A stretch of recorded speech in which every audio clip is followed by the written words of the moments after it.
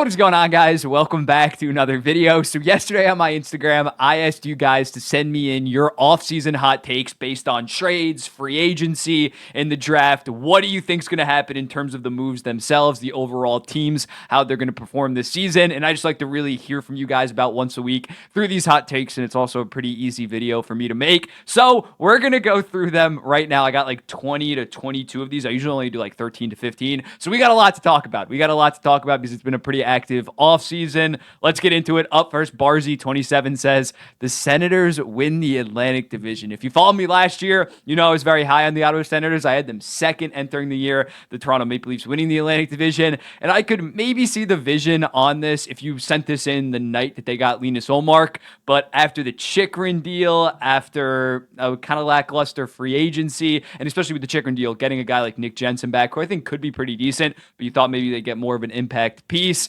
I'm not really seeing it. I think they could be a playoff team considering the goaltending is just such an upgrade now. Linus Ullmark instead of Korpisalo. Yes, maybe Forsberg isn't that good of a backup, but he could potentially bounce back. But overall for the Senators, playoffs, wild card, that's still a hot take considering with the way that the Senators team has been trending. Winning the division, I don't really see happening unless the Panthers get off to an extremely slow start, unless the Boston Bruins free agency pickups and just overall team really falls off. I don't know about that one, man, but it's a hot take for sure. The Dallas Stars missed the playoffs. It's another scorching hot take from L. DeWald 2009.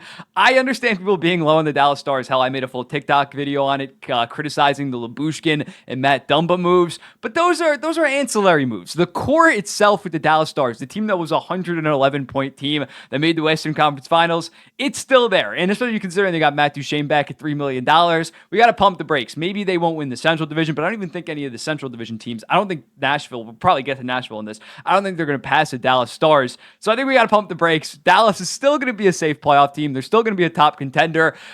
Chris Tanev was probably like their number 8 or number 9 player on the entire team last year, or maybe even further back, and he was only a deadline acquisition. When looking at it, Ryan Suter isn't some kind of massive loss. They're going to be perfectly fine. They're still going to make the playoffs. Lucas Nair says, Jake DeBrusk is going to have a career year because of playing with Pettersson, and yes, I think Jake DeBrusk is going to have a very solid year playing with Pettersson. His career best was in the 2023 season. He had 50 points in 64 games playing in the Boston Bruins top 6, but yes, I think next year, if he's full-time with Elias Pettersson, the expectation should be 30 goals and 30 assists. I don't think that's ridiculous. Yes, maybe he isn't getting paid like a 30 and 30 guy at only $5.5 million, but obviously the context matters if he's playing with a legit top 10 center in the entire NHL. Expectations, rightfully so, should be pretty high for Jake DeBrusk to have an immediate impact, especially because they told Elias Lindholm to kind of kick rocks and we're going to bring in a Boston. You go to Boston, we're going to bring in a Boston Bruin. So there's definitely some pressure on DeBrusk heading into next season. And for Elias Pettersson, it's one of the better wingers that he's played with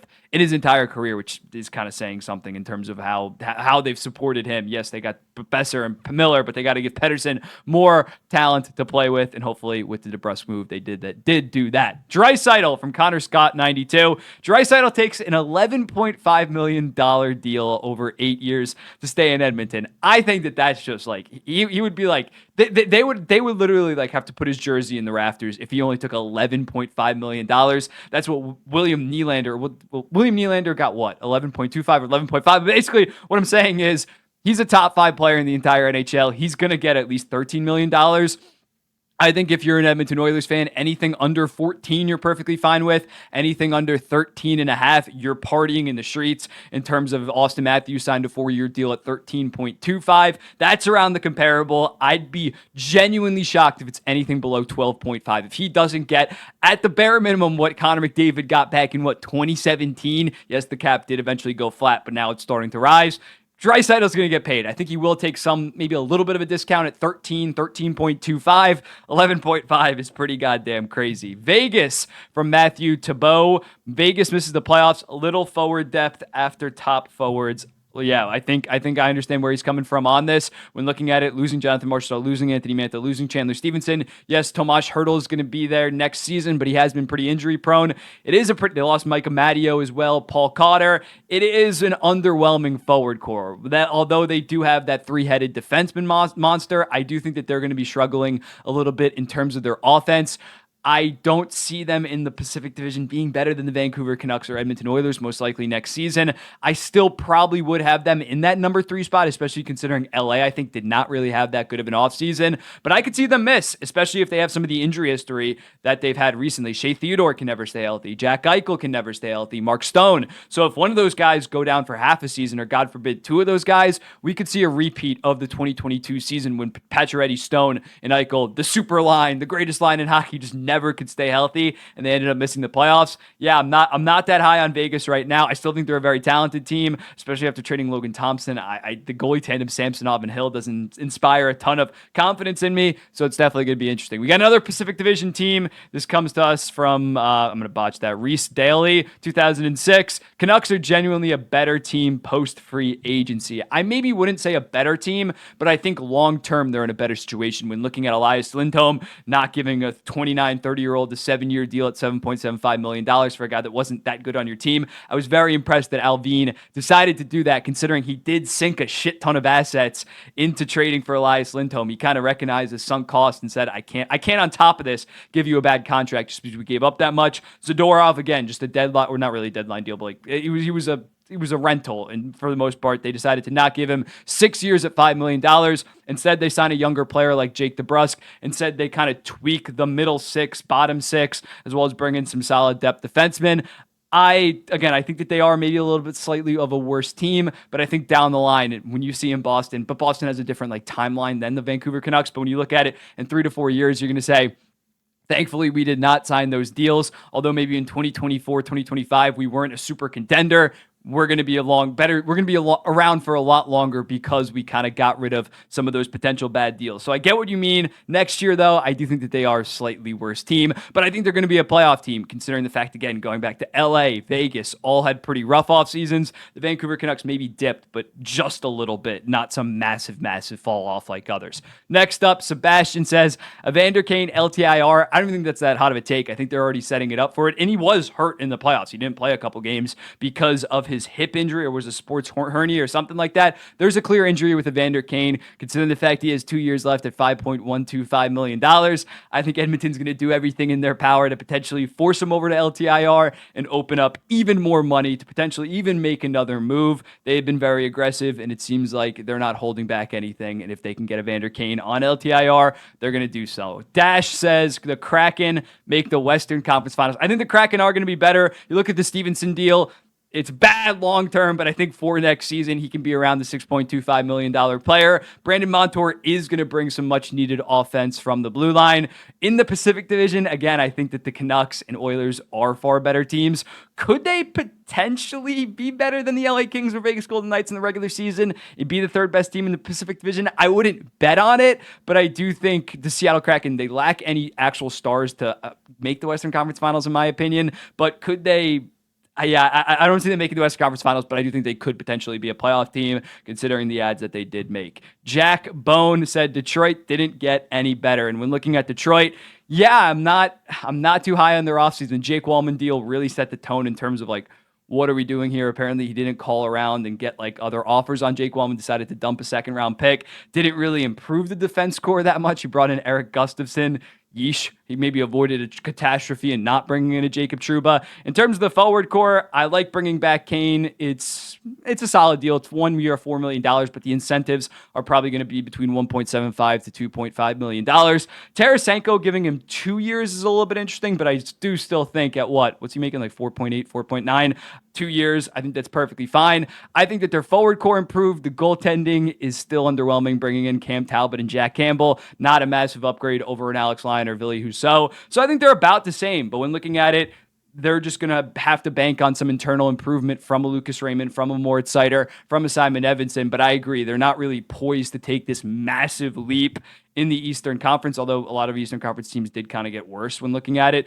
I think that the Detroit Red Wings are going to be in the mix again, but probably yet again in the wild card mix. I don't really think they're a top 3 team in the Atlantic Division. My Islanders, Jack Lagnato says Anthony Duclair on the Islanders' first line will be a 35-goal scorer. And yeah, man, I don't think they're going to trot Anders Lee on that top line left wing. I think that probably is Anthony Duclair's role. When looking at it, he played under Patty Waugh with the Quebec Remparts. That's why I'm so high on this deal. It's similarly to DeBrusk. DeBrusk might put up monster numbers, but it is in part because he's playing with Pettersson. Duclair, I think, is going to put up monster numbers because he's playing on that top line potentially with Matt Barzal and Bo Horvat. So that's why I really like it. When looking at it, if he was playing in the middle six, he's probably not going to put up absolutely insane numbers. But if he's on that top line, I think he can easily score 30 and 30. I don't think that that's ridiculous. Mitch Marner, Logan Henry, 44 says, Marner to Vegas for first and prospects. If a Marner deal did go down at the Vegas Golden Knights, it would probably have to involve Pietrangelo or Shea Theodore. The money would have to match somehow.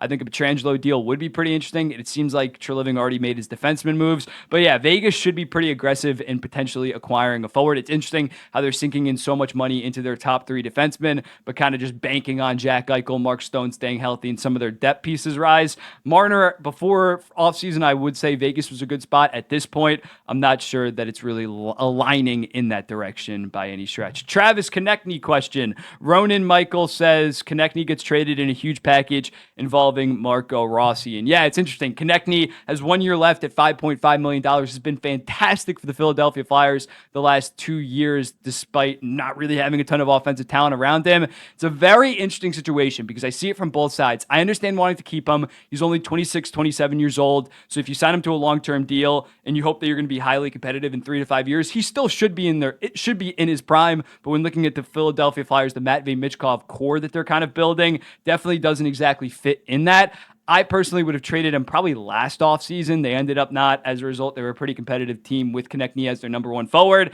But I think you kind of got to figure out what you're going to do with Konecny this offseason. You either trade him or you sign him to an extension. I think it's kind of risky. It's not smart to bring him into the season as a pending UFA. So that's definitely something interesting to check. In terms of Minnesota, they should be targeting a number one center. I'm not sure Konecny is really the answer to their problems in terms of a winger. So I could understand why Philadelphia would definitely want Marco Rossi. He fits with the Matvei Michkov kind of timeline, but I'm not sure the Minnesota Wild would be too keen. It does make sense because Minnesota's money comes off next season. They could afford a Konecny extension, but I'm not sure I love the overall positional fit. The LA Kings will miss the playoffs from jumper LMAO. Yeah, I'm pretty disappointed in what the LA Kings did when looking at Joel Edmondson, 4 years, $3.8 million, as well as Warren Fogle, 3 years, 3.5. He put up 20 and 20, but mainly it was because he played a lot with Leon Draisaitl. The LA Kings are interesting because it's really going to come down to, does Byfield take another step? Does Kopitar and Doughty, do they regress? They're 34 and like 36 at this point.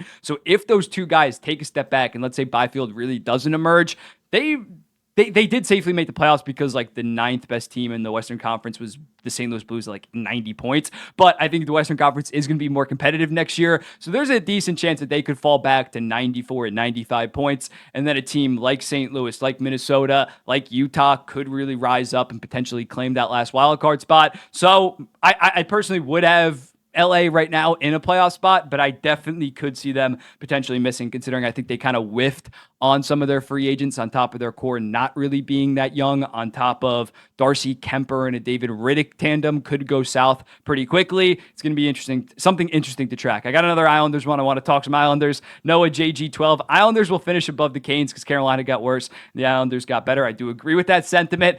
I think right now I would have Carolina ahead of the Islanders, at least in the standings, but I do think that if they met in the playoffs heading into the season, I think the Islanders would have a legit chance to beat them. In previous years, the previous 2 years, I wasn't very high on the possibility of that, especially this most recent year, but now considering what Carolina has lost and what the Islanders have gained, I think that it would be a good battle, but Carolina's a regular season wagon. Rod Brind'Amour is going to get this team into the playoffs. They'll probably choke in the second or Eastern Conference Finals, but I have really no doubts that Carolina is going to be a playoff team. Jacob Burnhill, Capitals turned into a contender with the moves they made. I can't say a contender. I think they easily could be a playoff team. I think they could be a really good regular season team just because they are so deep now. They have a legit second pair of Chychrun and Matt Roy.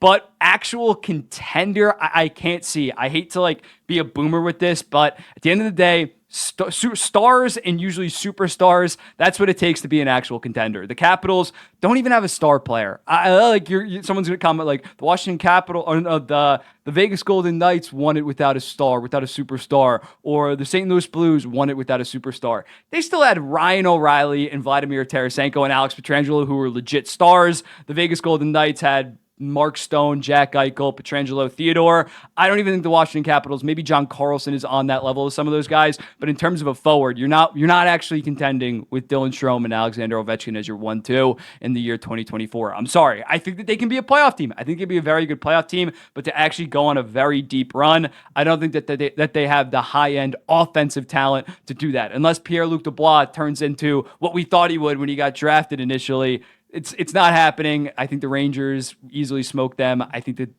the New Jersey Devils would beat them in a playoff series, let alone if they got to the Eastern Conference Finals, let alone if they got to the Stanley Cup Finals. They could be a playoff team. Honestly, it's probably like a 50-50 based on what they did, but an actual contender, I can't say quite yet. We got, I don't even know how to pronounce that, Nashville misses the playoffs. Another spicy one when looking at it. Nashville obviously made some massive splashes. I can maybe see where he's coming from on this, considering the fact that in terms of defense, yes, they gained Brady Shea, but they did lose Ryan McDonough. Maybe Shea kind of takes a step back, but the forward core is much better than it was last year. Again, I get what he's saying, but considering the forward core additions that they made in Marchessault and Stamkos, on top of UC Saros not having that good of a season last year, that's what was so impressive. Nashville made the playoffs, despite Saros having like a 906, 907.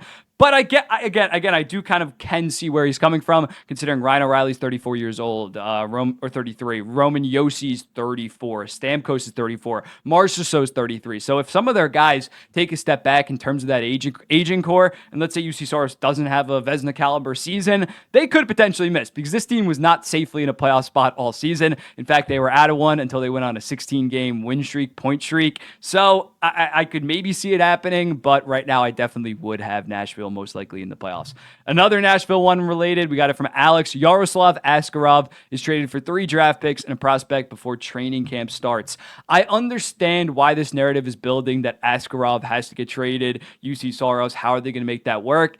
I do think we need to calm the brakes on it a little bit. I think people are overreacting. Askarov is only 22 years old. It seems like he's older because he's played in the AHL for like 2 or 3 years at this point. But this guy, I don't think that he's ready to be a full-time NHL starter. So when looking at it, I think they have a couple of years to figure this out. When looking at it, I think they are trying to go all in for the next 2 to 3 years until Stamkos, Roman Josi, O'Reilly, Marchessault are absolutely cooked. And then I think at that point, you could see a fire sale from the Nashville Predators. Trade to Philip Forsberg, trade to UC Saros, and then go through this rebuild with Askarov as your future goaltender. So I don't think that it's something that's like so imminent, because I don't know who's giving up. I guess a young team maybe would take a chance on, or not take a chance. Obviously, Askarov is not really a chance. He's a very good goalie prospect. Would take on Askarov, but it's not like he's this guy that's ready to play 40-plus NHL games. I think next year you have him in the AHL again. I know he might hate that, but I think next year AHL, then back up, then you see where the Nashville Predators are at, if they need a rebuild, if they don't, and you go from there. Interesting one from Rob.